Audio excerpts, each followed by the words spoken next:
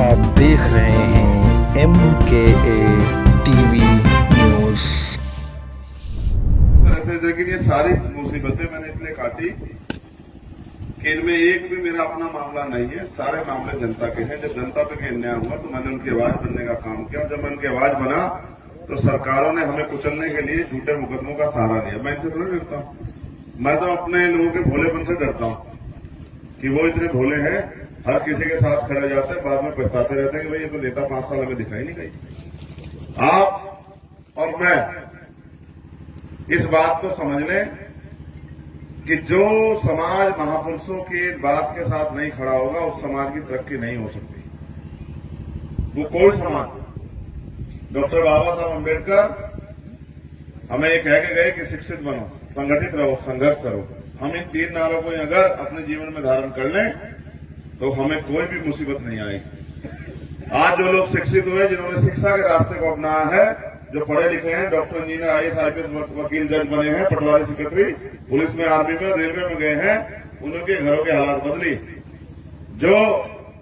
जिन्होंने शिक्षा को अहमियत कम दी है, आज भी उनके हालात गांव में आप देख लो तो आपको एहसास हो जाएगा। जिनके घरों में शिक्षा का दीपक उस तरह नहीं जला कि उनके घरों से रोशनी की कामयाबी निकली हो, कोई उनका बच्चा कामयाब हुआ हो, आज भी उन घरों के हालात आजादी के 75 साल बाद भी देखो किस तरह के हैं कि प्लास्टर भी उनको नसीब नहीं हुआ। और तो और सच ये है कि बहुत बिना तमाम तरह की सुविधाओं के बिना वो लोग जी रहे हैं। और मैं गांव देहात में जाता हूं, मुझे ऐसा लगता है कि आज 2 तरह के देश हो गई हैं, एक शहरों में जो अमीरों का देश है और एक गांव में जो गरीबों का देश है, जिनके यहां जाके लगता है गली में उतरते ही जब सड़कों से धूल उठती तो ऐसा लगता है कि खेत में आ गए। और जब आप शहरों में जाओगे, बड़ी बड़ी गाड़ी, बड़े बड़े मकान, बड़ी बड़ी चमक धमक, साफ सुथरी सड़कें, तो ऐसा लगता है कि जैसे गरीबों की तरफ कोई कुछ देखना ही नहीं चाहता। ऐसा लगता है देश अमीरों का ही हो गया। लेकिन क्या संविधान इसी सपने के साथ आया था? संविधान तो इस बात की आजादी देता है, चाहे वो किसान हो, चाहे वो नौजवान हो, चाहे महिलाएं हो, चाहे मजदूर हो, चाहे वो किसी जाति धर्म का व्यक्ति हो, सबको इस देश में आगे बढ़ने का, तरक्की करने का, पढ़ने का, पढ़ाने का, नौकरी करने का, रोजगार करने का, खेती करने का अधिकार मिलेगा। लेकिन कहां है सब कुछ? ये तो सब कुछ धीरे धीरे खत्म हो रहा है। कोई पूछने वाला नहीं, कोई बताने वाला नहीं। और जिस तरह से पिछले 10 साल में महंगाई बढ़ी, बेरोजगारी बढ़ी, भ्रष्टाचार बढ़ा है, और फिर अब फ्री की बात करके और लोगों को मोहताज बनाने का काम किया जा रहा है, ये एक षड्यंत्र है। इसको इस तरह समझिए, चूहेदानी में रोटी का टुकड़ा लगाया जाता है। इसलिए नहीं लगाया जाता कि चूहे से बड़ा प्यार है चूहेदानी के मालिक को, इसलिए लगाया जाता है कि जैसे ही वो उस टुकड़े की तरफ को बढ़ेगा वैसे ही वो फंसता जाएगा चूहेदानी में, और एक दिन ऐसा आएगा कि जैसे ही वो उसको खाने के लिए दौड़ेगा वैसे ही वो जो है चूहेदानी बंद हो जाएगी, वो उसमें कबूतर बनकर कैद होकर रह जाएगा। ये 4 किलो राशन देने वाले लोग ये क्यों नहीं कहते कि हम आपके बच्चों को रोजगार देंगे, आपके बेटे को नौकरी देंगे? नौकरी नहीं मिल रही तो सरकारी मिल रही तो प्राइवेट सेक्टर में देंगे, प्राइवेट सेक्टर नहीं मिल रहा तो इसको लोन देंगे कि अपने कोई काम कर सके, बिजनेस कर सके। हम एक एक पैसा जुटा के अपने बच्चों को पढ़ाते हैं, पढ़ाने लिखाने के बाद नौकरी देना तो काम सरकार का है, रोजगार देना तो काम सरकार का है। सब लोग गरीब अमीर थोड़ा ही है, सब लोग पे जमीनें थोड़ा ही, सब लोग धनाधन थोड़ा ही, सब लोग कारोबार थोड़ा ही है। जो गरीब का बेटा है वो कारोबार कहां से करे, कहां से आएगा पैसे? ये तो सरकार की जिम्मेदारी है कि हर व्यक्ति को वो बराबर के अवसर दे। पहले हमारे बच्चे हर साल 5, 7, 10 बच्चे सेना में, पुलिस में, रेलवे में और मास्टरी में, कई डिपार्टमेंट में लगे जाते थे। गांव में से हर साल 5-7 लोगों का जीवन बदल जाता था, क्योंकि जिन परिवारों में नौकरी रोजगार आते थे उन्हीं की जेब में पैसे आते थे, जिनके जेब में पैसे आते थे उन्हीं के घरों में परिवर्तन होता, उन्हीं घर में सुख सुविधा आती थी। तो अब कहां आती है नौकरी? अब तो 69,000 शिक्षक भर्ती हुई, 20,000 पदों में घोटाला कर लिया। पुलिस की भर्ती आई तो आपने देखा होगा, आपके गांव में से भी नौजवानों ने पुलिस की भर्ती का फॉर्म भरा था क्या किसी ने? तो आपने 400 रुपए जमा किए, फिर 4, 5, 6 महीने दम लगा के मेहनत की, काम छोड़ दिया। जो छोटा मोटा रोजगार करते थे, किताब पकड़ के बैठ गए कि भाई मैं पढ़ लिखना निकला है और हमें अपने माँ बाप की सेवा करनी है, कुछ पैसे कमाने तो नौकरी प्राप्त करनी है। आप यहां से अपने सेंटर गए, सेंटर जाके आपने पेपर दिया, पेपर देके आप खुश होते निकले कि भाई अब नौकरी मिलेगी, अब माँ को कुछ, अब जेब में पैसे आएंगे तो माँ के आंसू पूछूंगा बहन के सपने पूरा करूंगा, भाई को कुछ दूंगा, पिताजी को जो है आप बुजुर्ग बड़ी उम्र में उनको आराम का जीवन दूंगा। लेकिन जैसे आप बाहर निकले आपको पता लगा कि पेपर लीक हो गया, अब पेपर कैंसिल हो गया, बताओ क्या करो। दरोगा की भर्ती में आप देखो कैसे इसी सरकार में उत्तर प्रदेश की बसों में बैठ के जो है पेपर दिए जाते। गरीब का बच्चा करे क्या, सब कुछ अमीरों का तो हो गया। और आपके क्षेत्र में है क्या, देखो जो आप नेता चुनते हैं उसकी जिम्मेदारी है कि वो पार्लियामेंट में जाके बोले, वो पार्लियामेंट में जाके सवाल उठाए, वो पार्लियामेंट में जाके आपकी वकालत करे। क्या कि नगीना लोकसभा में भी एम्स जैसा हॉस्पिटल होना चाहिए, क्योंकि जिससे कि वहां के गरीबों को भी कम दामों पर बेहतर से बेहतर इलाज मिले, जिससे उनकी जीवन रक्षा हो सके। 15 साल में आपने किसी नेता के मुंह से सुना पार्लियामेंट में, जिसको आपने वोट देके भेजा? क्या आपको नहीं लगता? क्या बताओ, ईमानदार से बताओ, क्या आपको एम्स जैसे हॉस्पिटल की जरूरत नहीं है? बताओ, हाथ उठा बताओ, है या नहीं है? जैसे आप इस तरह से हाथ उठा रहे, ऐसे आपका नेता वहां जाके जबान वो भी चलाते। भाई जिसकी समस्या है वही तो बोलेगा, भाई जिसको तकलीफ होगी, दर्द होगा, वही तो दवा लेगा। अगर आपको कोई बीमारी नहीं है और मैं आपसे कहूं दवा ले लो तो लोगे क्या? तो आपने अपना काम वोट देके कर दिया, बाकी काम आपके नेता का है कि वो आपके क्षेत्र की समस्याओं को समझे। मुझे तो महापुरुषों के आशीर्वाद से मेरी खूब पहचान है। यही नहीं, प्रदेश के स्तर पे भी, देश के स्तर पे भी मुझे सारे कर्मचारी अधिकारी जानते हैं। मैं तो जिस दफ्तर में बैठ जाऊंगा, जिस काम के लिए, उसको करवा के छोड़ूंगा किसी भी कीमत पे, खाली हाथ नहीं उठ जाऊंगा। मैं तो इतनी ताकत रखता हूं। लेकिन आप ही बताओ, आपके पढ़े लिखे नौजवान बच्चे रोज बेरोजगार घूम रहे हैं, बहन बेटियां। जब हरिद्वार देखा आपने, कितनी दूर है यहाँ से? रोशनाबाद देखिए एक जगह में, किस लिए फेमस है रोशनाबाद? किसके फेमस है? मामले में कंपनियां, हाँ, वहाँ 2 धंधे लगे हैं, वहाँ इंडस्ट्रियल एरिया लगा है। एक कंपनी में 8-8, 10-10 हजार लोग काम करते हैं और वहाँ कई 100 कंपनियां लगी है। सोचो आपके यहाँ 100 कंपनियां लग जाए तो 10 लाख बच्चों को रोजगार मिलेगा।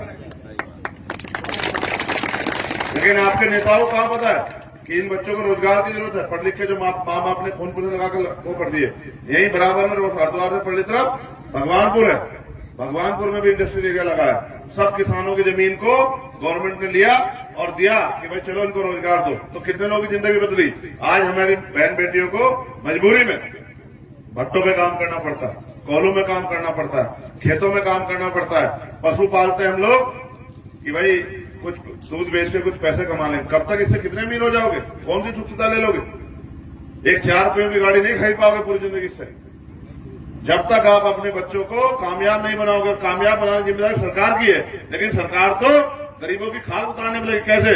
350 का सिलेंडर 1150 रुपए का देगी, 150 रुपए का आने वाला बिजली का बिल 600-700 रुपए का आएगा, 20 रुपए का आने वाला दवाई 100 रुपए का आएगा, और तो और 45-50 रुपए का पेट्रोल 100 रुपए का आएगा।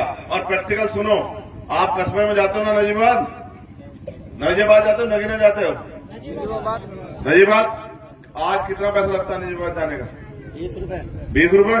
बताओ आपसे 5-7 साल पहले कितना पैसा लगता था? 5 रुपए। तो 4 गुना बढ़ गई नहीं बढ़ गई महंगाई? ये तो आपके सामने ही है ना। आमदनी कितनी बढ़ी? जो मेहनत मजदूरी करते थे 300, 350, 400 रुपए मिलते थे, आज क्या 1000 रुपए मिलने लगे? तो जो आप कमाते हैं वो तो खर्चों में चला जाता है। ये देते हैं 4 किलो राशन, और 4 किलो राशन चलता है 10 दिन 20 दिन, क्या करोगे? अब तो मनरेगा में भी नहीं मिल रहा काम। मनरेगा में कहाँ मिल रहा काम? और मनरेगा में पैसा ही नहीं आ रहा। और तो और अब मेरी बात को गौर से सुनो भाई, पहले हम मेहनत मजदूरी कर लेते, जो कब पढ़े लिखे लोग हैं, घरों गांव में रहने वाले, एक परिवार मिलके खेत की कटाई करता था, 1 साल का अनाज होता था। अब वो कटाई मालिक मशीन से करवा देता, 2 घंटे में हो जाती है। तो अब मजदूरी की वो नहीं बची जरूरत, तो फिर करें क्या? गरीब लोग भूखे मरेंगे क्या? आपको पता है कि गेहूं कहां, ये अनाज आपको जो मिलता है कहां से आता है? किसके पैसे का आता है? पता है आपको? नहीं पता आपको? नहीं पता होता तो अभी बताते हैं मेरे पैसे का जाता है। सुनो, आप 1 रुपए का सामान खरीदते हो, 28% टैक्स लगता है। आपने बोतल खरीदी कितने पैसे की है भाई? 10 रुपए। 6 रुपए लिखा, 5 रुपए की। तो 5 रुपए की अगर आपने खरीदी तो इस पे 28% टैक्स के हिसाब से लगा लो, 1 रुपया 40 पैसे सरकार के खाते में चले गए इससे खरीदी। समझ रहे? आप एक बहुत गरीब से गरीब परिवार 5000 रुपए का सामान खरीदता है महीने में, तो 1400 रुपए सरकार के खाते में जाते हैं, और उन 1400 रुपए में से वो 800 रुपए सेंटर बढ़ा के आपकी जेब पहले काट लेती है। डीजल पे, पेट्रोल पे बढ़ा के, खाद्य पदार्थों बढ़ा के, दवाई पे बढ़ा के, स्कूल की फीस पे बढ़ा के, तमाम तरह की चीजों बढ़ा के, और फिर वो आपको 200 रुपए का राशन देकर ऐसा एहसास कराती है कि हम आपकी बहुत मदद कर रहे हैं। अब गरीब को लगता है भाई ये तो दे दिए कुछ, पिछली तो ये भी देती थी। भाई फिर मेरी बात सुनो, आप ही का पैसा 1400 रुपए लेके और 200 रुपए का रोजगार अगर आपको राशन दे दिया तो कौन सा बड़ा काम किया? तो 1200 रुपए आपका बचता है। भाई देश चलाने के लिए अगर आप सिस्टम का ऐसा नहीं बनोगे, आपके बच्चे कुर्सियों में नहीं बैठेंगे तो आपके लिए पॉलिसी कौन बनाएगा? आज 500 रुपए पेंशन मिलती है गरीबों को, जो विधवा है, जो वृद्ध है, जो विकलांग है। आप बताओ 500 रुपए में ये बोतल 5 रुपए की आई, आप 4 बोतल एक दिन में पी लेगा नहीं पीलेगा आदमी मिनिमम? तो 20 रुपए की होगी। तो आप बताओ एक महीने में कितने पैसे की पानी पिएगा? 600 रुपए का। तो 500 रुपए सरकार कहती है 500 रुपए की पेंशन में पूरा महीने में खर्चा चल जाएगा। देखो कैसी मजाक उड़ा रही गरीबों। अधिकारियों को भी मोटी मोटी तनख्वाह पेंशन मिलती है, नेताओं को मिलती है, गरीबों को क्या मिलता है? गरीबों का खून चूसने वाली सरकार आ गई है। अगर आपको इससे बचाव करना है तो फिर आपको अपने वोट का सही इस्तेमाल करना पड़ेगा, क्योंकि वोट ही हम पे हथियार है, जिनसे ना हम इनको लाठी से जवाब दे सकते, ना गोली से, ना किस चीज से। हम तो आम जनता है, हम इनको वोट से ही जवाब दे सकते हैं। अगर आप अपनी वोट से मजबूत फैसला लो, और जिस तरह से आपने और लोगों को मौका दिया, मैं तो सड़कों पर लड़ता रहा, अब मैं आपके बीच आया हूं। अगर आप सच में मेरी मदद कर दो तो मैं आपको दिखाऊंगा किस तरह का बदलाव होता है। मेरी उम्र 60 साल नहीं है, मेरी उम्र 60 साल नहीं कि मैं किसी चुनाव अकेले चुनाव की लड़ रहा हूं। सुख सुविधा की राजनीति करना चाहता तो गोलियां नहीं खाता। आपको पता अभी 400 गोली चली 6 महीने पहले मेरे को। मैं गोली खाकर भी जिंदा हूं इसलिए क्योंकि मैं गरीबों के आंखों में आंसू नहीं देख सकता हूं।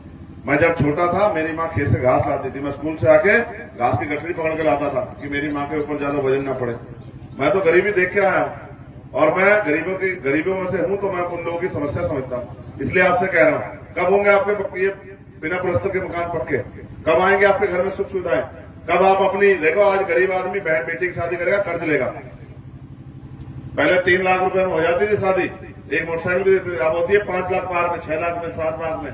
कहां से लाओगे कर्ज? कब तक सारी जिंदगी उतारते रहोगे? आज अगर इलाज कराना पड़ जाए अच्छे हॉस्पिटल में तो कर्जा नहीं उतरेगा पूरी जिंदगी। ठीक है, तो इसलिए और पढ़ाई देखो कितनी महंगी होगी। डॉक्टर अगर अपने बच्चों को बनाना चाहो तो 1 करोड़ रुपए चाहिए, तो क्या करोगे भाई? कभी बन ही नहीं पाएगा डॉक्टर। गरीब का बेटा डॉक्टर बनेगा ही नहीं, इंजीनियर वकील बनेगा ही नहीं, जज बनेगा ही नहीं, IAS IPS बनेगा ही नहीं। तो भाई क्यों? क्या हम सारी उम्र ऐसे ही रहेंगे? तो इसलिए मुफ्त शिक्षा की व्यवस्था होनी चाहिए। कहां आपके अच्छे स्कूल कॉलेज यूनिवर्सिटियां, कहां डेंटल कॉलेज, कहां मेडिकल कॉलेज? क्यों आपके नेताओं ने नहीं सोचा? क्योंकि देखो उनके बच्चे पढ़ते हैं कॉलेजों में, आपके थोड़े।